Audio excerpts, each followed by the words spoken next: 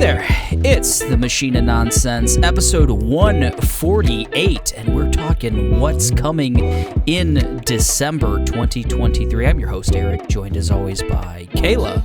Hey. And I know what you're thinking. We usually got Mike for these, right? Mike's going to be part of this? No, he's homesick, so we brought in the pinch hitter. Ryan is on the pod again. Ryan, how are you? Happy holidays, guys. Happy holidays. Good. It is Mike said he is after sick Thanksgiving. of you all. Yeah, he did. He said he has the vid, not doing podcast vid. No, I don't know what Mike has. I hope he's okay. But not up for the podcast. But we got Ryan. This is great. It's been a while. What you been up to, man? God, let's see. Loki, is great. Really amazing. I would call it miniseries, but little second half there from season one. Highly liked it. Playing more Legend of Zelda, more Baldur's Gate. But want to dig into some Mario RPG. Haven't had the time. Mario Wonder. There's too many games. That's literally the story of this year. Just too many games, not enough time, and that's kind of it on the entertainment spectrum there. So you ended up really liking Loki? Yeah, I really, really enjoyed it. Mixed. I'll put it that way. No spoilers, but it was fantastic. It was, I think, a stronger second half than the first half of the season.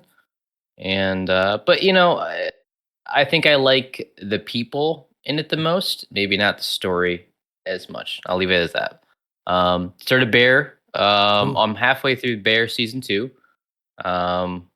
Which is it's the Bear. It's really good. It's everything. Yeah, it's so good. Did you guys finish that already? Still in our backlog. I mean, we finished season 1, but still in our backlog. It's gonna be. I know it's gonna be talked about, in our naughties lists and stuff. So we got to do it by the end. But yeah, we will. We'll definitely be watching that one. Loki, I think you're right on Loki. As we were watching it, me and Kayla, it was real up and down for me. I would really like an episode, and then I would be like, I don't know if this is really hitting it. What's going on? Yeah, and then I remember I saw episode 5, and I'm like, I don't know if I'm gonna if they're gonna land the plane here. Watched episode 6 and was like, okay, this is cool, and then. What really has gotten me, I think, is I've listened to a bunch of reaction podcasts from various different places and stuff, where they're really diving deep into it and breaking it down and everything else. And I'm like, you know what? It's given me an appreciation of the series and the character and everything else. So it's I think overall, I'm kind of I liked how it wrapped up. I like where it kind of leaves us and stuff with Loki and that world, the TVA and everything. I was down for the concept, the first season to really draw me in. But, with anything with time and now multiverses upon multiverses, it's so hard to write for something like that in a show and make it, cohesive. I mean... Yes, definitely, but that's what they chose to do, and I think they have made it messier than it needed to be. I think that they're very... I like where it ended, Loki. I like where Loki ended. I like the beginning. I got confused a lot throughout the middle. They just felt very disjointed from season 1, and that's all I can say about it. It was fine, but I just feel like I watched a different show. Yeah, I know what you mean, exactly. I've heard a lot of people say that it felt like it just could have been I forget how many episodes was season 1, but I feel like it could just been 2 more episodes on season 1. They could just end it like that. They didn't have to have the rest of the second season. So completely understand. Yeah, I feel that there's probably some filler, and that's probably where I was riding that roller coaster of do I like this? I don't know, but I think overall the package of season 1 plus season 2 and everything else, I think I liked it. I think I'd be fine if it comes up in the end of year conversations as someone's favorite of the year or something. Maybe in my list. We'll see. Talking about the Bear. Kind of picking. I never watched the show Shameless. I don't know if you guys are familiar with that. Kayla watched most of it. Yeah. And, it's weird seeing young Jeremy, Ellen White in it. And it's so good. And yes, chef. there's a lot of Seinfeld terrible people, but truly terrible people, opposed to like the sitcom sense. Set in Chicago, another great show. Yeah. I don't like stuff like that. No? I don't know. It's good. Like, I watched Shameless, but I stopped watching Shameless. I understand. I mean, The Bear is much better. It is more, like, there's more depth to the characters and stories, and hopefully we haven't watched season 2, so hopefully it goes a better place than the stuff in Shameless went. But we'll find out. Nothing like Shameless. But yeah, you'll like it. I'm excited for that. Yeah. The Bear's definitely on the short list of checking out. You haven't checked out Alan Wake, right? Alan Wake 2? No, haven't got around to it. Here it's a great story-driven game. Interesting story, interesting writing, interesting. Yeah. You never checked out the first one, did you? Or I did. Oh, did you? Okay. Because I would say if you do plan on picking up Alan Wake 2, and you don't quite remember any of the, Alan Wake 1 or even the events of Control and stuff. Yeah. Watch a recap. I would highly recommend watching some recaps. Okay. It is a game super worth playing. A long time ago. Yeah, right. Yeah, because Alan Wake's 2013, I think, the original one, 2012, something like that, and then Control's 2019. So there's just a lot of elements, a lot of overlap and stuff like that. But did you finish it yet? Yeah, really enjoyed it. It's not bad. It was like 20 hours, something like that, 18 hours maybe. Like another Spider-Man, then, right? Yeah. I'd say, we did play. We played through Spider-Man also, most recently, Spider-Man 2, and I think a lot of people are sleeping on that game. Honestly, I know it got nominated for Game of the Year at the Game Awards and stuff, and I think it's getting some flowers and stuff, but it seems like the conversation is really just okay, it's Baldur's Gate, it's Tears of the Kingdom, and it's Alan Wake 2 are the three that anyone talks about, and the other three on that list for Game of the Year are just yeah, whatever.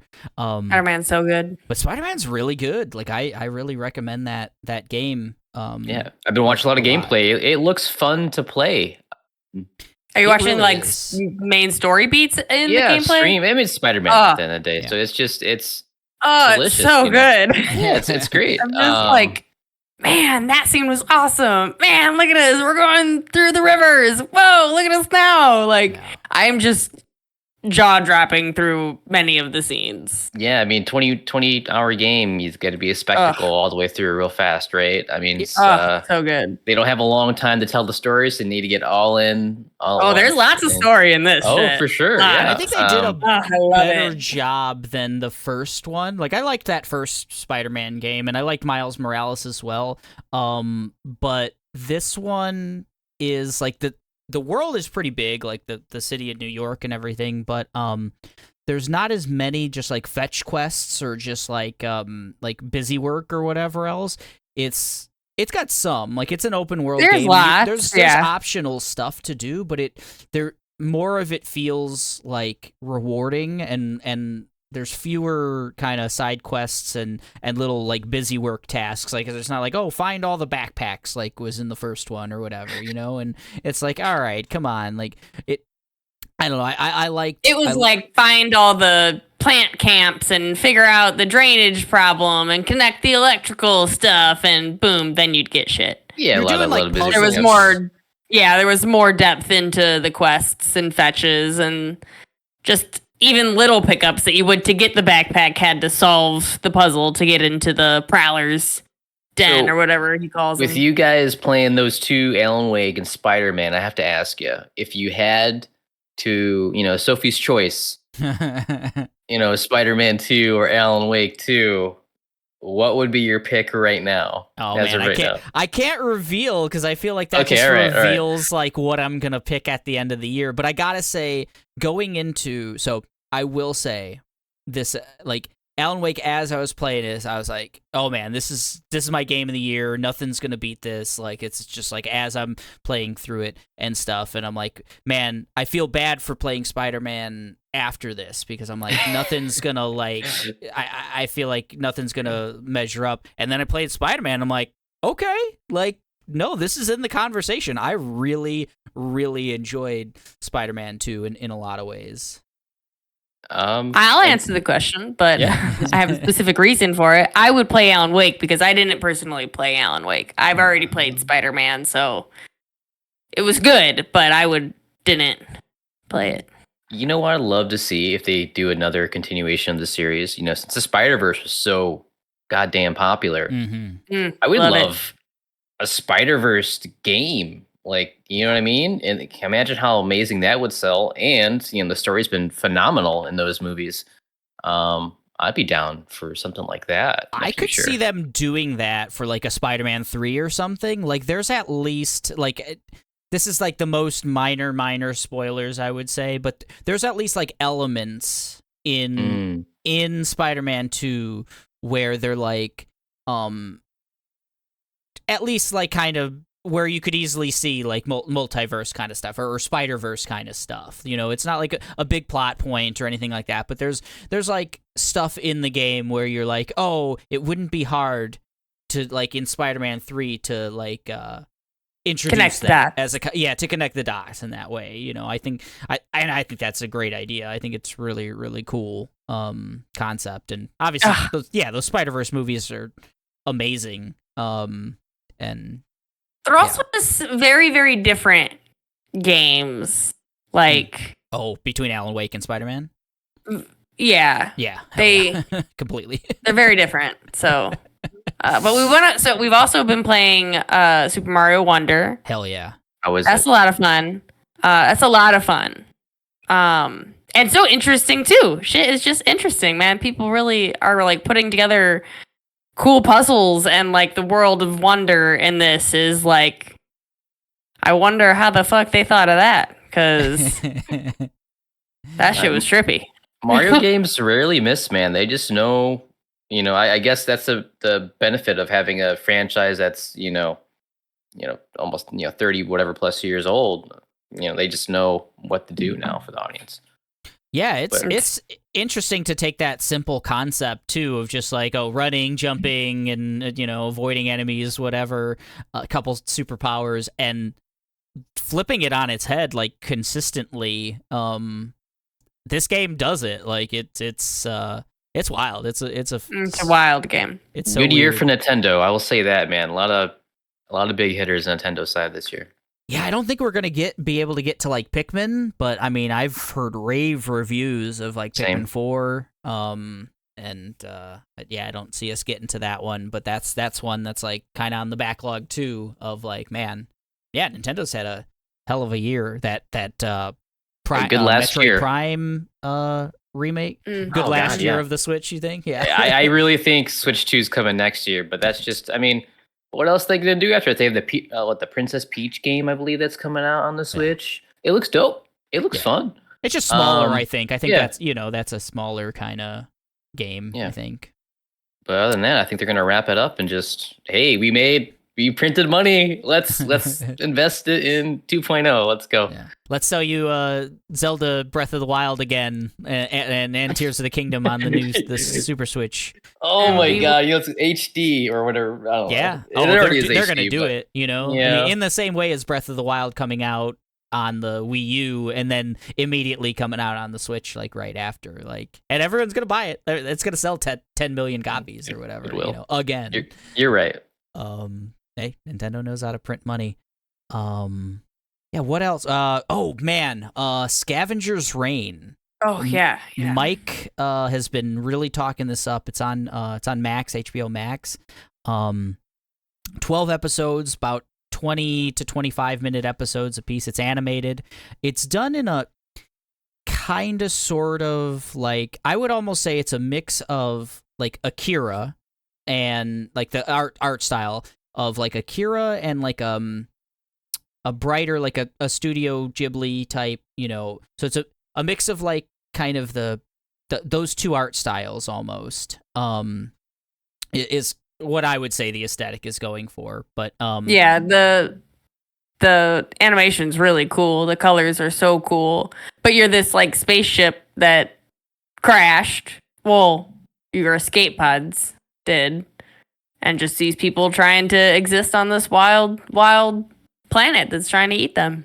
Yeah, it's some of the most like unique creature work I've ever seen, and because it's basically an alien story. It's like people crash landed on a planet, like Kayla said, and there's wildlife there but like it's just so unique. Every episode is basically, how is this planet going to try to kill these people, these survivors or whatever, in just completely like unique ways that I've never seen in animation or like any movie or show I've ever seen. It's just like really creative stuff. And I highly recommend it. Mike was 100% right.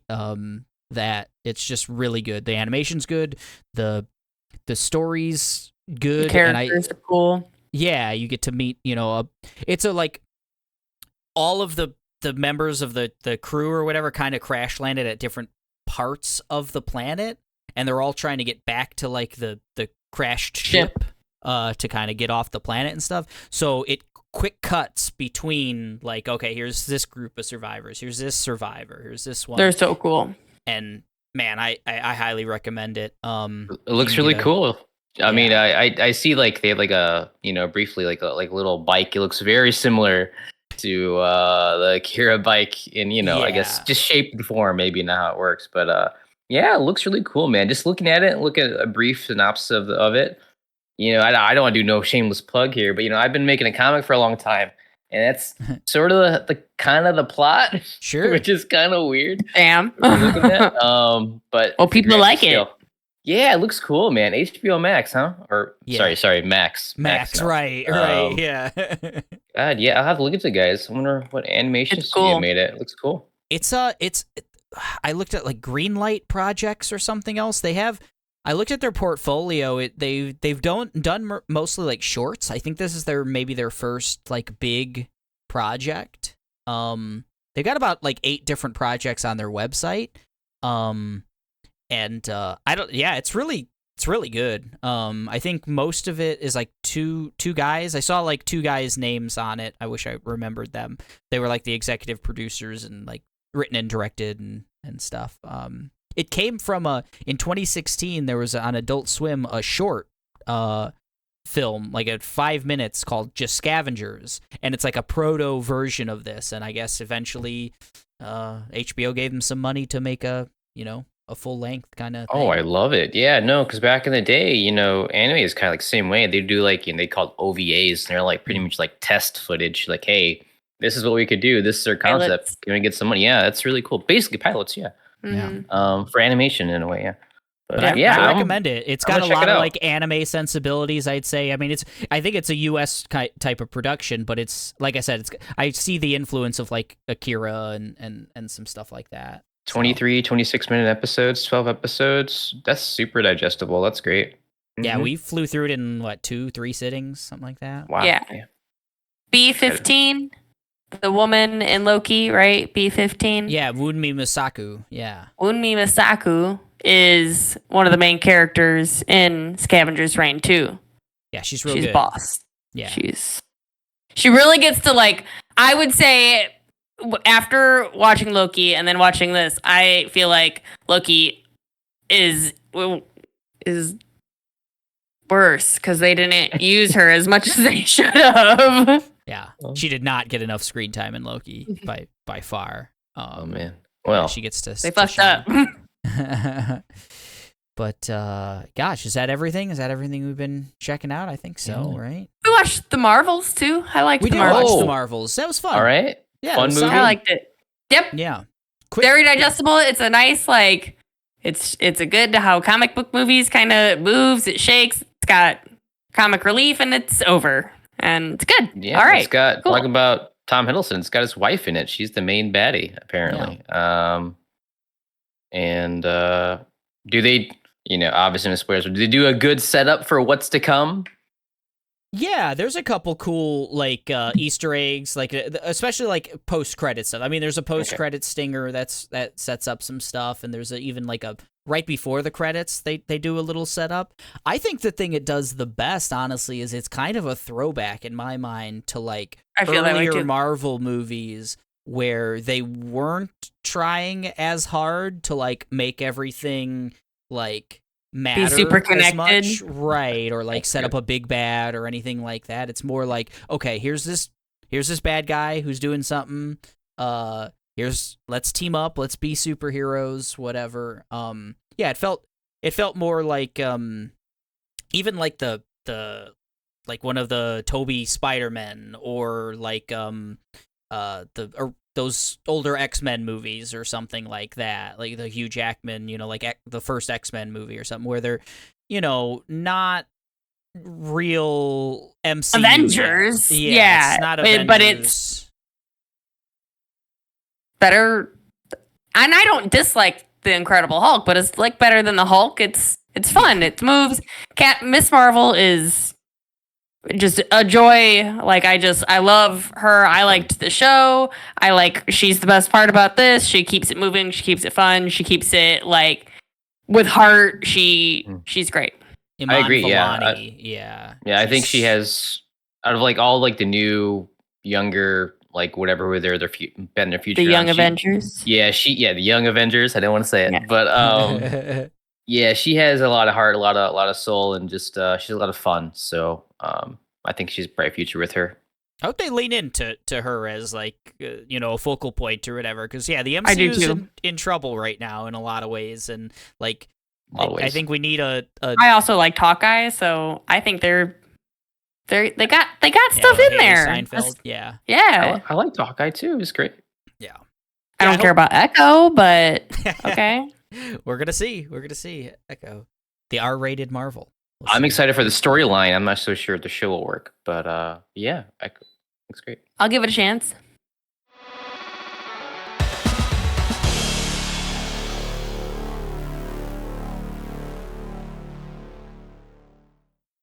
All right.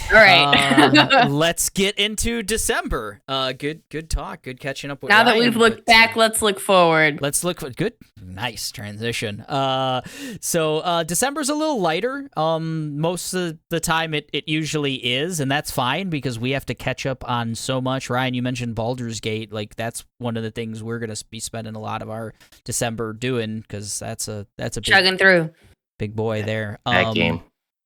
But I'm excited. Yeah, we got a handful of interesting things coming in December. Starting December 1st, we got the Arkham Trilogy. Batman, the Arkham Trilogy is coming to Switch. I think that's a great place for it. So this is this Batman, Arkham Asylum, Arkham City, and Arkham Knight. Phenomenal games, all of those. I've really wanted Kayla to play them for a long time because she's played a lot of like similar games, like the Mordor games. Kayla dug into a lot, and the fight system combat and everything's mechanics. very similar. The combat mechanics very similar, and I those Arkham games just are really good. Yeah, why not? Why not dig into some more Batman? Best Batman games I think of all time right now. They're absolutely really amazing. And they all feel different, too. Like, all three of them, you've got, like, the first one's real kind of contained and everything because you're in the asylum. Then the second one's pretty big open world. And the third one, you've got the Batmobile, which adds a completely different dynamic to it.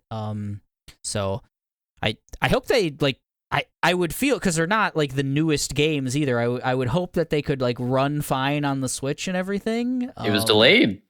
Right. It was delayed, yeah, right? Yeah, so I'm hoping so. That be cooler if it came to the Game Pass, but all right. That would be nice if they were on Game Pass, but I think at least maybe one of the older one might be, or might be on like PlayStation Plus. I don't remember, but having them all in one package, real nice.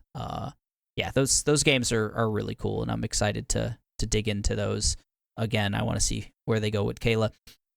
Wanted to mention also on December 1st, Slow Horses Season 3 coming to Apple TV+. I know Mike watched Season 1, and I think he started digging into season 2. Definitely on the backlog for us.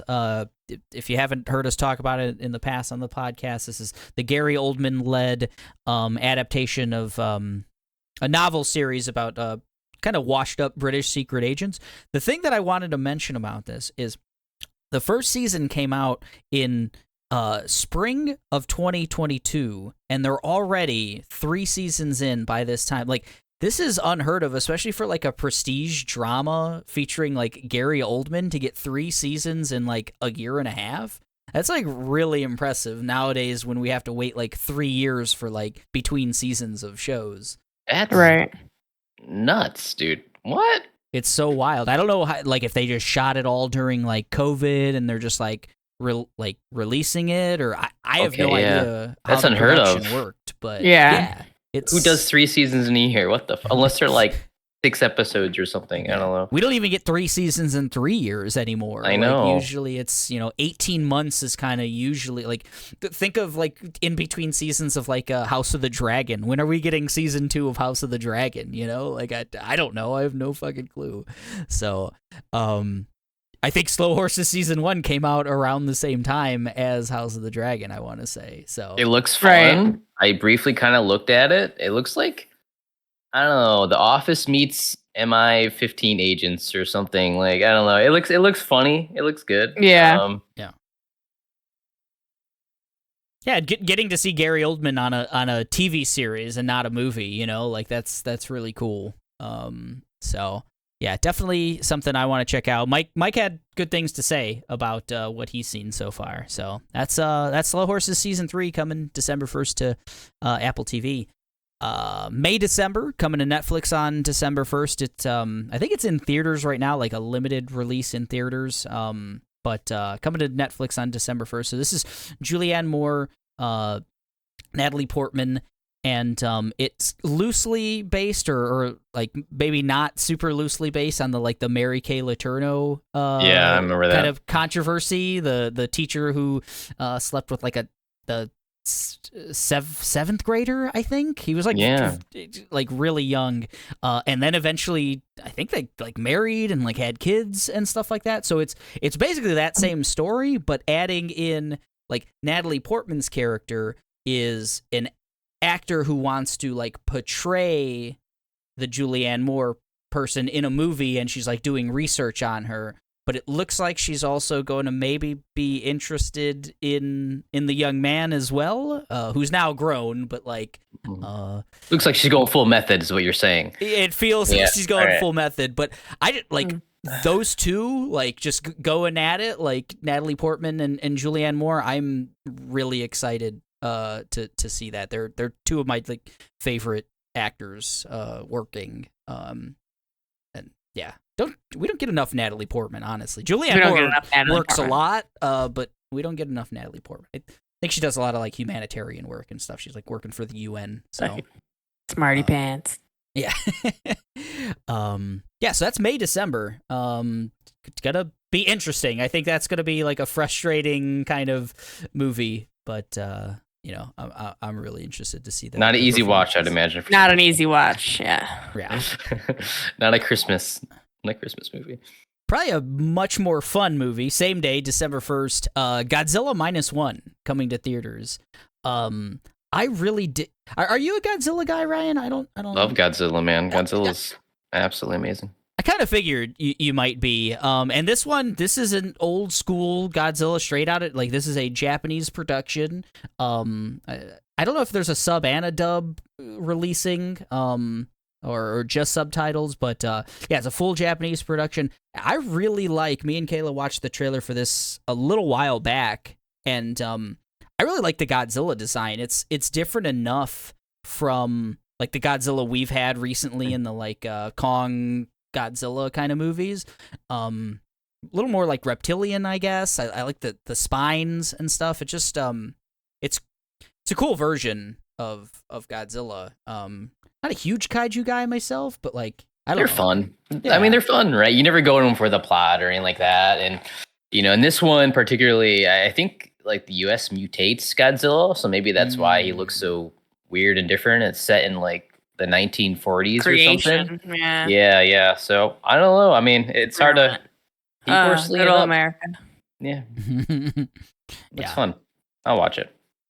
Yeah, that's pretty cool. And I think with like the rise in anime movies doing so well in like US theaters lately, I wonder if we'll have a new golden age of like kaiju movies or, like more, live action Japanese stuff coming and doing pretty well in the US theaters, cuz nothing else is doing well. No, it's so, maybe we could make that Eras tour. That Eras tour, yeah. I think that one's still doing pretty well. Did pretty hot for what I heard. Yeah, I mean, but yeah, you're right. Absolutely. I mean, I think the bubble is finally burst on a lot of the superhero era type of stuff, and we're even some of like the real crazy. I mean, apparently Napoleon, was great. Well, mixed reviews. But a lot of people didn't show up as you thought they would, because again, it's a long movie though too. So I don't know. We'll see what happens. Maybe this might be the era of live action anime. I could see it. I mean, it's got a rampant fan base, and like Jujutsu Kaisen and that last Dragon Ball movie. Like a lot of the anime stuff has done really well in theaters. So. Yeah. Strong fan base. People come out whether it's bad or good, and they can sell merch, which is the most important part for them, right? So, if anything, they're gonna make tons of sales on T-shirts. Good stuff. So that's Godzilla -1 coming to theaters December 1st. December 7th, we have Avatar: Frontiers of Pandora coming to PS5, Xbox Series, and PC. This is the Ubisoft, kind of a Far Cry-esque game, but in the Avatar universe. Looks really good visually, and I think the story's compelling. It's like a Na'vi, from Pandora, who was like taken by the humans, trained to essentially kind of like integrate with the humans, and then through whatever events has to like kind of learn to go back with their people and kind of deal with the humans. I like those Avatar movies a lot, and playing if the game's good, if it's like as good as a Far Cry 5, I think was the one we played. I forget what they're on. We played one of them like recently in the last like 5 years. 4? Might have been 4. Yeah, whichever one came out about 5 years ago, and dug it. Like it's like it's cool, good shooting, good like really good water always, like really good like visual. James Cameron loving that water, man. Right. This is love child. I honestly just been the back burner for me. I just kind of tossed it away in my head. Is this a VR game? Is this a third-person game? It's a first-person shooter. Yeah, first-person shooter. Oh, okay. Because I briefly looked at it before the pod, and I was like, they're like kind of really up and up, like the sensory experience. Like put on your headphones. Got haptic feedback, and plug in your seatbelt because we're gonna move you around in your chair. I don't know. It just seemed like they really wanted to immerse you in the game. Oh, that's what they like to do. That's just kind of their thing. Yeah, okay. That's definitely the Avatar, marketing plan. I think, yeah, they probably got James Cameron to write some of their video game marketing on that one.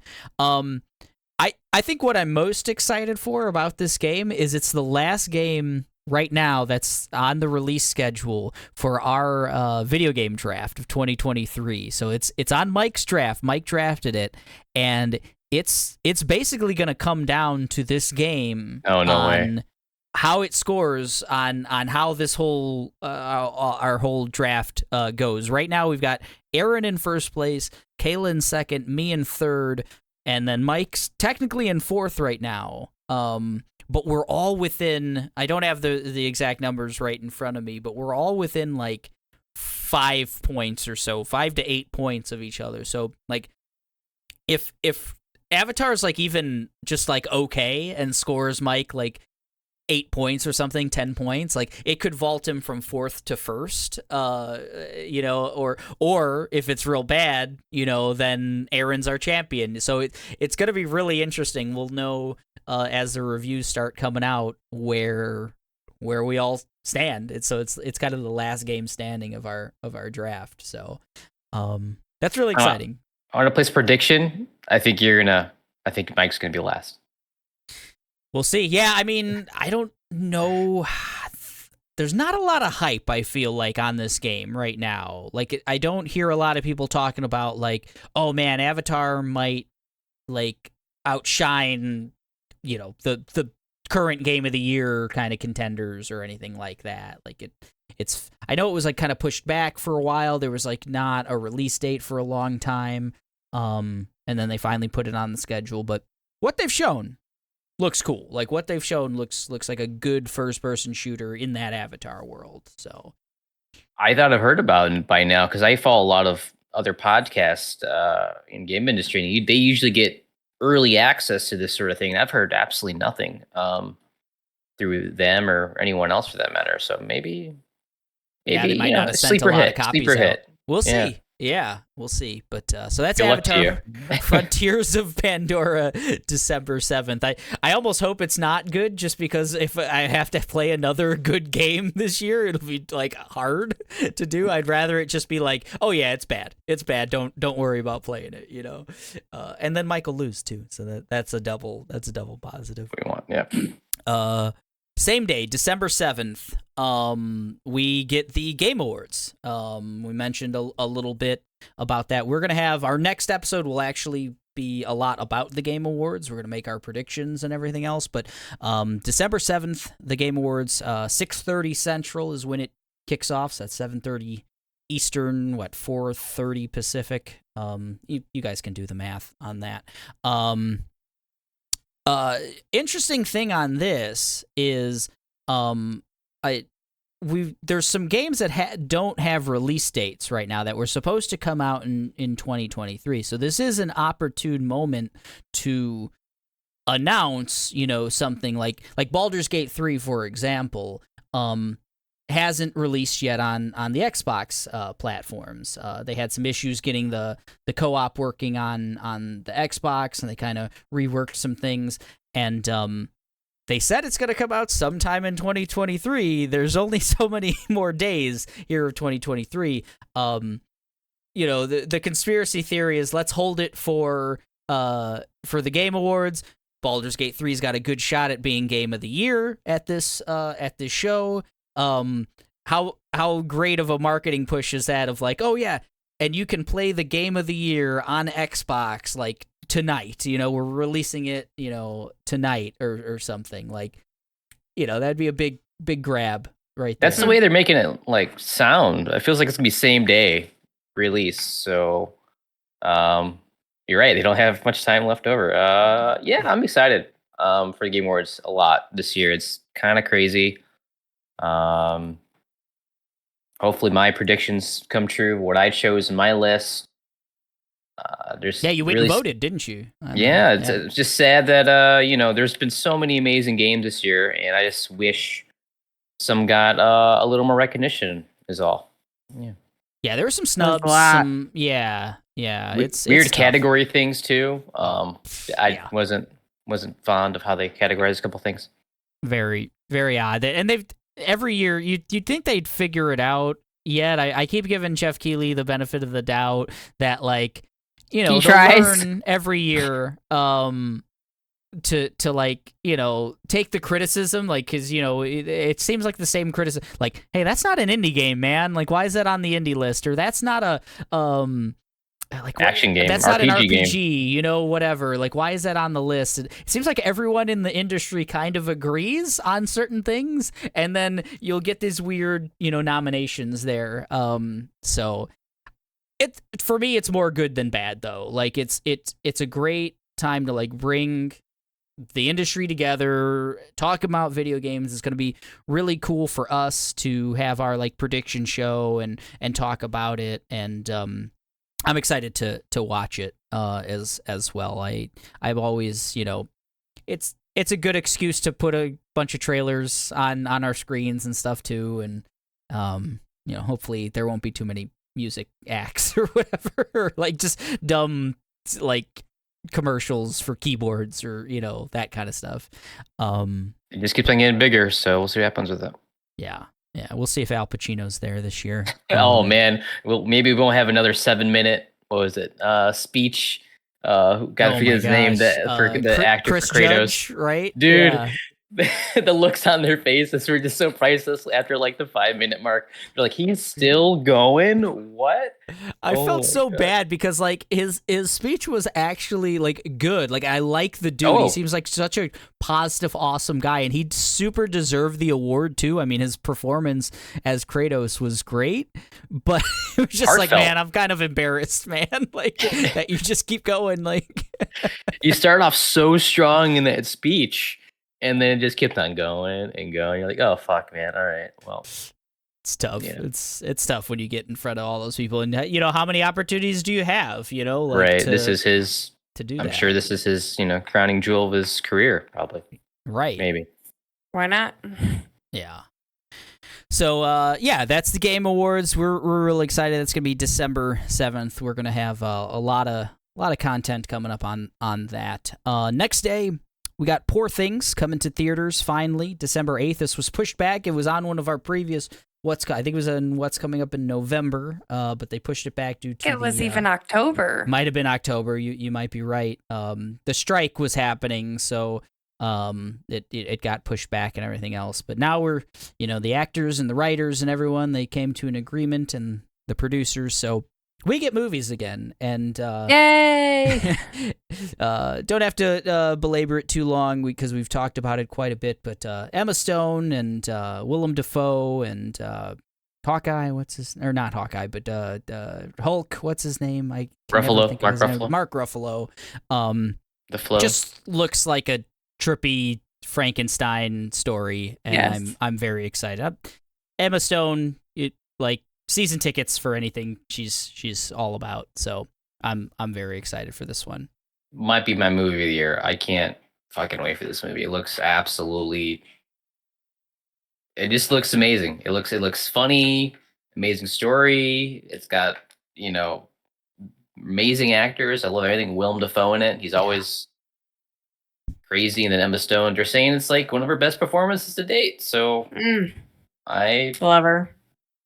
Day one for me. So exciting. Yeah, that one's going to be great. So that's Poor Things, December 8th, coming to theaters. December 8th also, we have Leave the World Behind coming to Netflix. So this is Mahershala Ali, Julia Roberts. Who else is it?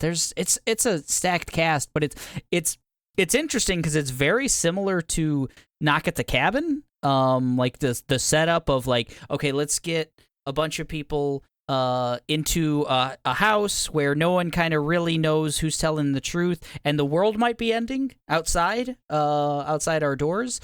And Knock at the Cabin was fun. Great concept. Great, pretty decent execution.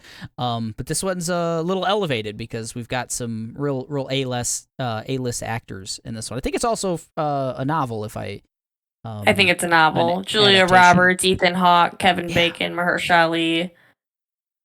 Another way to connect Harold. Kevin Bacon. Yep. Yeah. Cool cast, cool premise. Really excited and coming to Netflix. So you just don't have to go out and spend $50 at the theater. Different cast. That's very diverse. I agree. Yeah. I mean, like Julia Roberts, she picks her projects nowadays. She's not in as much. And for her to be in like what seems to be kind of a sci-fi kind of esque story, at least a genre film, not just like a standard drama that you would think Julia Roberts would be in. This one's intriguing to me. I'm pretty excited for that one. I love Mahershala Ali too. I think he's really good. And I wish he was in more stuff. Yeah. He's been too busy about he's busy about the Blade franchise right now. Yeah, hopefully Hopefully that actually happens. And last thing I saw Ethan in was I think Moon Knight, which I really liked his acting in that. That was great. Say what you will about Moon Knight, but I thought he did a fantastic job in it.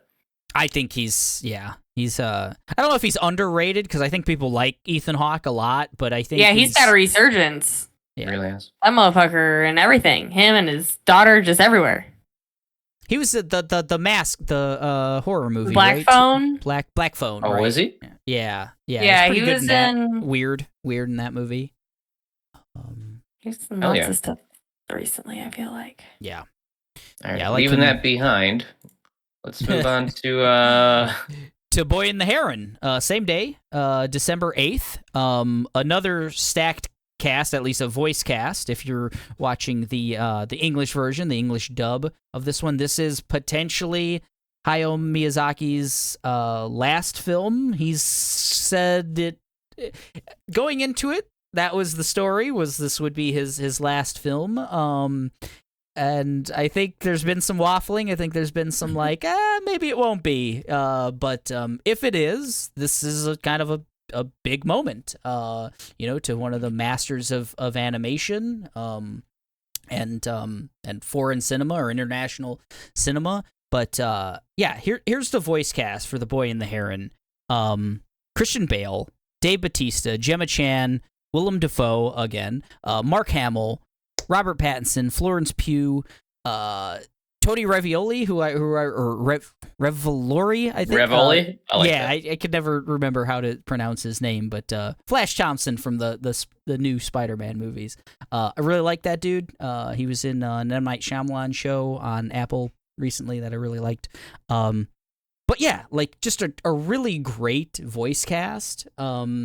And this might be my first Miyazaki movie that I end up seeing. I've never seen any of the Studio Ghibli movies. Really? I mean, people have talked up like Howl's Moving Castle and what's now I'm drawing a complete blank on the entire like 12 films that have come out. But My Neighbor Totoro. Yeah. I mean, and they if you guys haven't seen them, they're masterpieces. They could have that feeling of like old school Disney. You know what I'm saying? The animation was just absolutely insane, but like, just it feels really, really, really original.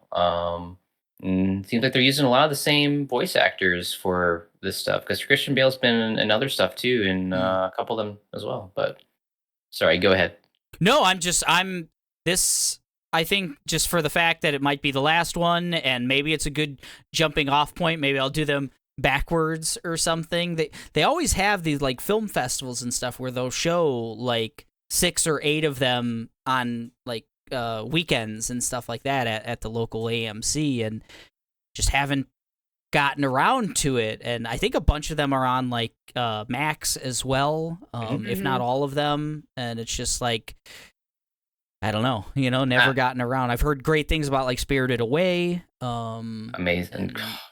Amazing. And they're all amazing, but just I don't know. Miyazaki retiring, he's kind of like the Tom Brady of of retiring, because there's been so many years. He's like, well, is this your year? Is this going to be your year? Are you done?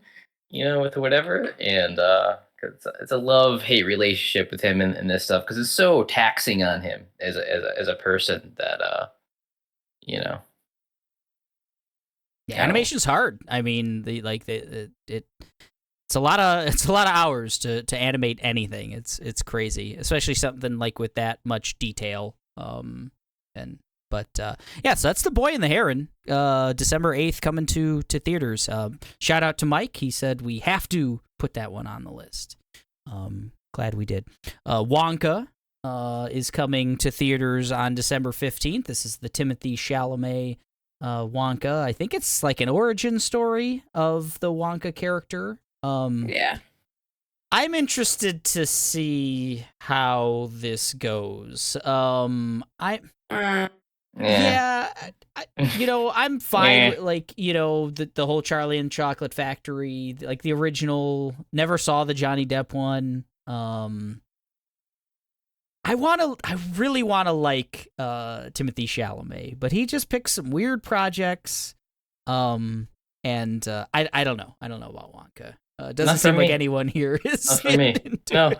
I saw the trailer once. Like, yeah, this is gonna be maybe put it in the $1 bin at Walmart type of night deal. Gosh. And it doesn't make it any better that online people kept on comparing Jeremy Allen White to goodness, the original Gene actor, Wilder. Gene Yeah. Wilder. And dude, they look so similar. I'm just like, why couldn't they done this? This is amazing. Yeah. No. Yeah, I don't know. I'm just not interested. Wonka's obviously been around forever. I surprisingly actually liked the Johnny Depp one, maybe because Okay. just how weird and creepy he actually was, and it just. I mean, I think the original is the best for sure, but they tried something really radical and different with the Depp one that I resonated with. I think just the quirkiness, maybe not the film as a whole, but yeah. But this one just seems, I don't know, if it feels like a quick cash grab. Don't know. I'm not interested in the Wonka story at all. Yeah, At all. Yeah. Kind of creeps me out. he's creepy, dude. Yeah, no Well, thanks. Not a guy I want to be alone with. No, Michael Jackson. Michael Jackson of of Candy the chocolate, Factory. yeah. I love it. Next on the list is Aquaman and the Lost Kingdom, coming to theaters December 22nd. This is a film that I thought came out 3 times in the last 2 years. I feel like it's just been out there. This film didn't come out. I thought it did. You put it on the list. No, it's gonna happen now. I thought I kind of dug that first Aquaman movie. The DCU is in shambles. It's a mess. I don't know. This is the last film in that continuum of that original, that Zack Snyder universe, which is weird. They're it's just, this movie's gonna come out and then that's gonna be it, I guess. And I doubt it's gonna be a wrap up of the whole universe that they created. But I think Jason Momoa is cool. He's charming. I think he's a cool Aquaman. He deserves his movie, and it's unfortunately drowned by all kinds of bullshit. So good use Man, of drowned. yeah. I mean, talk about the first film, Eric. I watched it just one blue moon, see what's up. I was kind of bored, and I was like, dude, this movie was so fucking fun. Story, okay, not so great, but talking about those just film Marvel films or whatever. It was over the top and fantastic, and that's all I needed to be. And honestly, it's one of the best DC films I saw in a long time. It was fun, and the CGI looked crazy as well. But this film, I've heard so many things, and it's so unfortunate for everyone involved because we'll put the Amber Heard and Johnny Depp stuff aside, right. But just the DCU as a whole, I've heard this film has been chopped up, put together so many times because the Flash and so many other things that happen, and then obviously DC being handed off to James Gunn. I'm just, is this going to be a film we could really, even Knows if it'll enjoy? make sense. Yeah. Right. Yeah, Right, exactly. right. What are you going to do? I mean, because there's some pretty cool, great actors in it. You got the Boba Fett is in it. You got recurring characters in it. Yeah, I saw that Black Manta, what seems to be the main bad guy, is played by Yahya Abdul-Mateen, who I really, really dig a lot. He was really good in Watchmen. I shouldn't spoil his character maybe because it's kind of a secret, but good cast, We'll see. That might be a mess, but It's like a fire that won't go out for sure. All right. Anyways, even underwater. A lot of bad jokes, guys. December 22nd. That's Aquaman and the Lost Kingdom. But a movie that's probably much better, I'm thinking. The Iron Claw, coming to theaters same day, December 22nd. So speaking of Jeremy Allen White, Dub, and Zac Efron on this tells the Von Erichs, I think is the family name, or Von Ulrichs. I don't know. It's 1970s and 80s wrestling before my time, but apparently just a tragic tale of like I think they're called like the first family of wrestling. So it's based on their kind of stories, and just looks really really cool. I'm excited for Zac Efron to like be in a movie like this. He's had some shots in like drama. I think he's a better actor than a lot of people give credit to. I agree. He's definitely funny. He's definitely good in comedies and stuff, and I think people dig that. But I hope this is his shot to, especially acting alongside of Jeremy Allen White, who we know a dramatic actor. Is a dramatic actor. Can do good work dramatically. I think them playing brothers could be really great. Balance, yeah. And they are insanely ripped in this movie as well. Like Dude. they're in insane shape. You saw that photo of him online with the bowl cut, looking like He-Man. Oh, That's yeah. They don't look human. Like they look. No, they like, look. But I mean, we already know he had an amazing body, right? Yeah. Like just Baywatch. You ever seen that film? He looked not human. This is like five.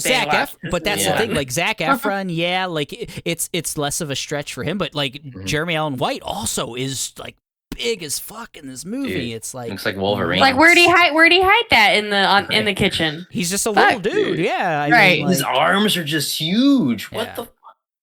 Thinking they probably went method and did like what all the 80s wrestlers did and did a lot of steroids probably, but like it's paid off. Like it's they look like different. Like take care of yourself, boys. Though we like you, don't die. Yeah, exactly. But all jokes aside, I'm for another dramatic wrestler film because I mean the wrestler's great, was amazing, and there's so many stories you can tell with just that sport that hasn't been explored because it's just so. I mean, back in the day, just growing up a wrestling and knowing what wrestlers had to go through, just heartbreaking, right? And then even later on in life, it's sad, but it does tell a good story in a lot of ways. But this seems to be, a lot about like loss and keeping legacy and brothers. It looks fantastic. Good old days when your dads could beat you. Yeah, the good old days your dads could beat you. Oh, good Can't stuff. wait. Yeah, that's a really exciting one. The Iron Claw coming December 22nd to theaters. Another A24 joint. Same day, December 22nd, coming to Netflix. Rebel Moon Part 1: A Child of Fire. Do you got all that? You got that title, guys? So this is Zack Snyder's Star Wars. He's basically like he came out and said like he wanted to do a Star Wars movie, and he couldn't make it happen. Like Disney either didn't want him or like his vision for a Star Wars movie didn't quite go with theirs, and he said, okay, I'll make my own Star Wars. So Netflix gave him some money, and it's coming out in 2 parts. I think the second part is either in January or February of next year, but part 1's hitting December 22nd, and it looks like a space epic, a Dune, a Star Wars. The CGI is the one thing I'm a little iffy on. It hasn't come out really great in the trailers for me, but some really good. The cast looks really good.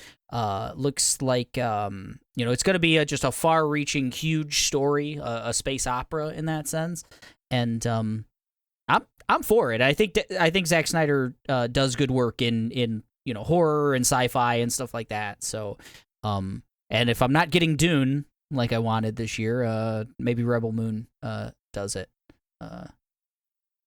I like it better without Disney's hands in it. Probably something unique. Absolutely, Kayla. Yeah, I think you just give him his own space to do what he can do creatively and not be like bogged down by another, DC or whatever he's been doing for the past years, and just his own creative vision. I mean, it's inspired by Star Wars. I mean, Netflix, they're notorious for just like, yeah, okay, you could do this. You're a big name, you know what you're doing, you have a bunch of money, you flop, that's on you.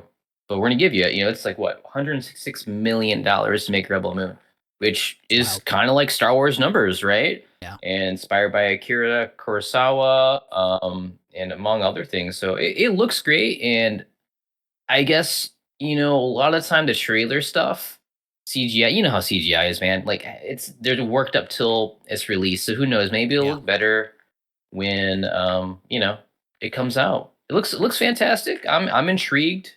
So I'll give it a chance.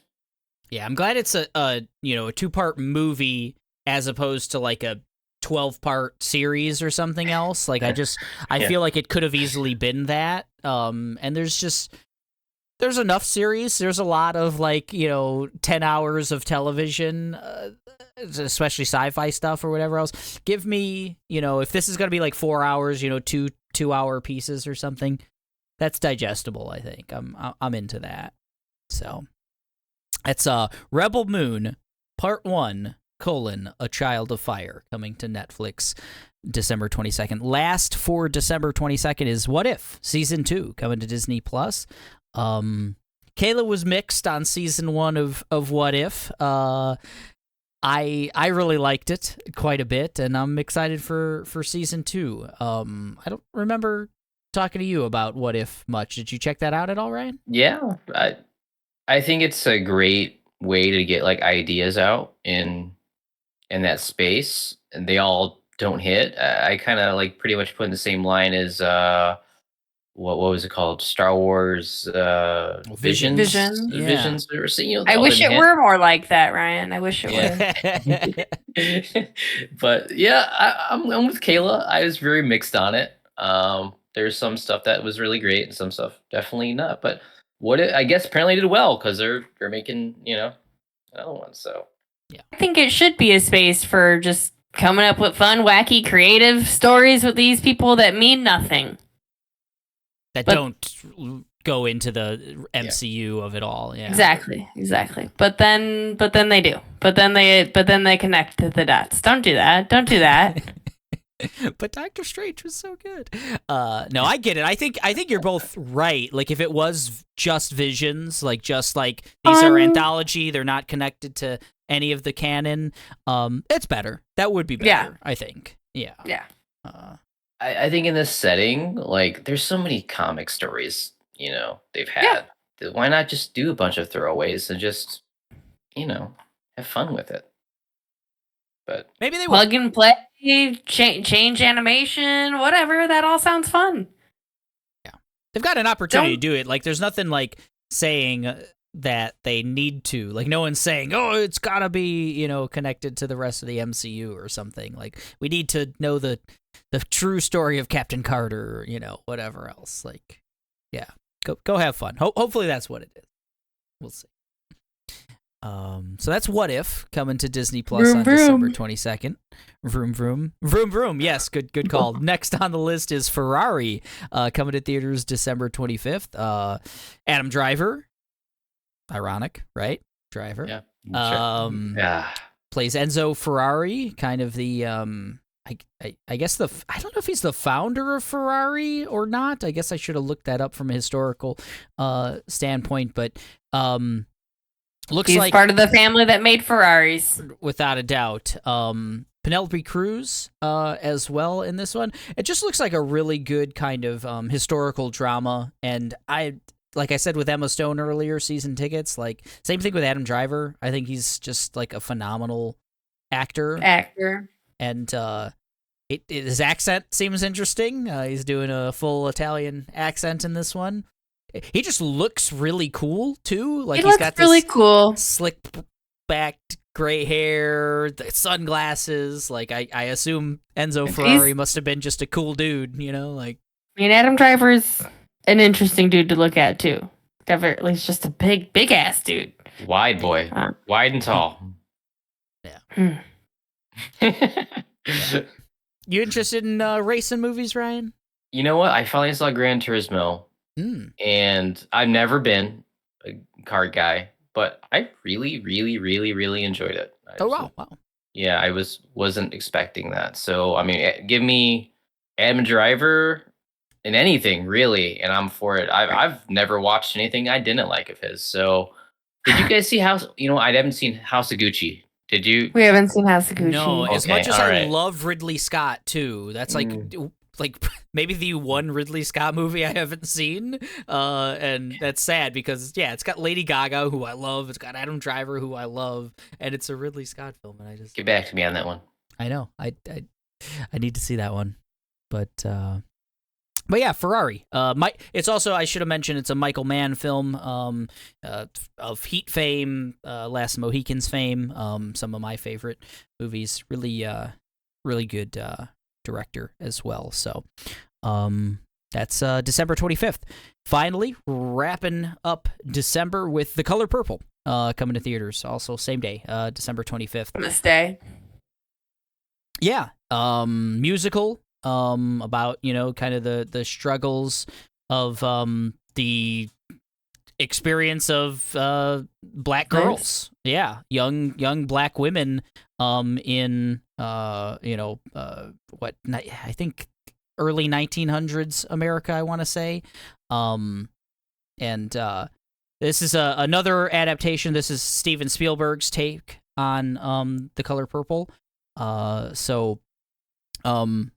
Yeah, I think it's going to be a big film. Like, just in general, this is probably going to be one of those Oscar bait kind of films. And the trailer is completely heartbreaking. I've never seen the original, like the one with like Oprah and whatnot. That came out in the late 80s, early 90s. But 85. It's 85. Wow, it's that old.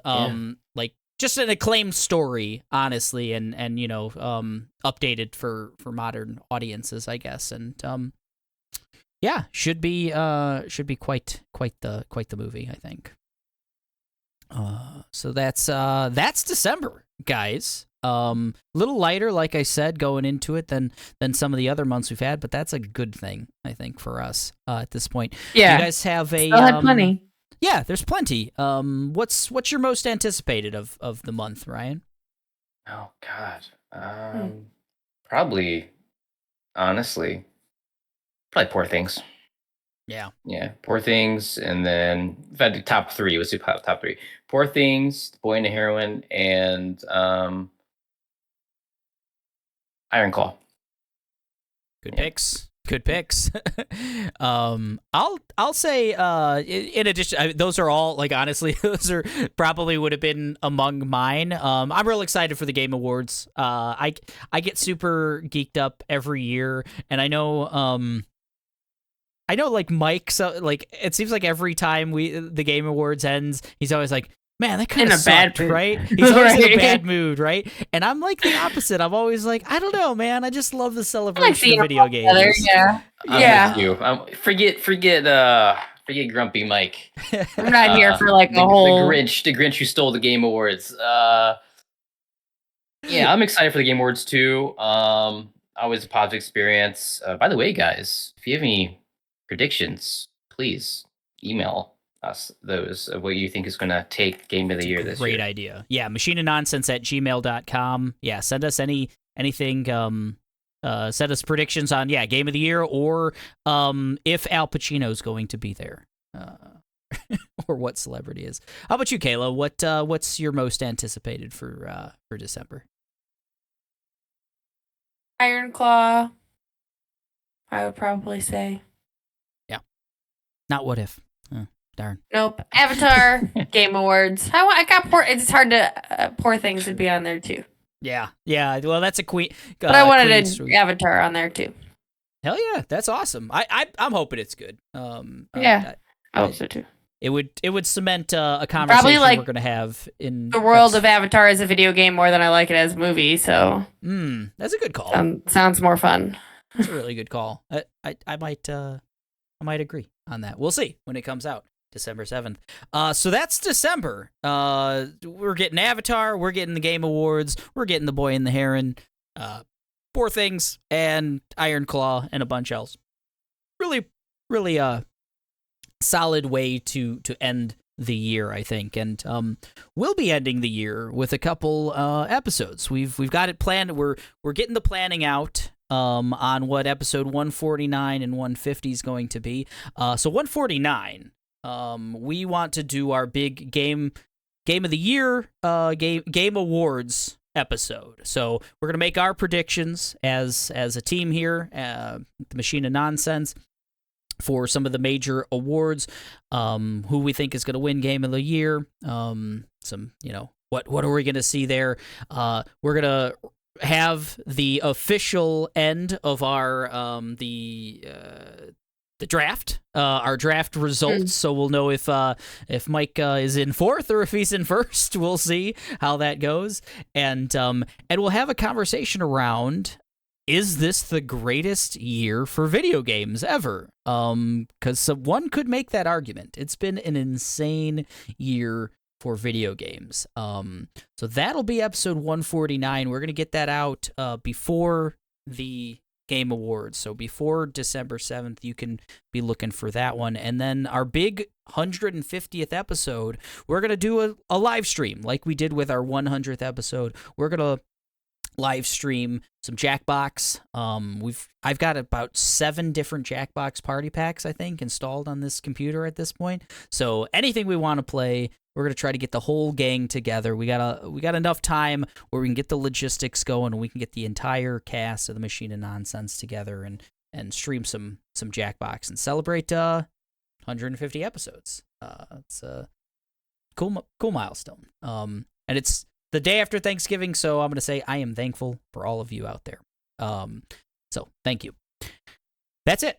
That is episode 148 of the Machine of Nonsense. Hit us up. We're on social media at the Machine of Nonsense everywhere that you get your social media. And email machineofnonsense@gmail.com. Send us our Game Awards predictions and anything else you want to send our way. Episode 148 is in the books. We're getting out of here, and we're saying goodbye. Good night.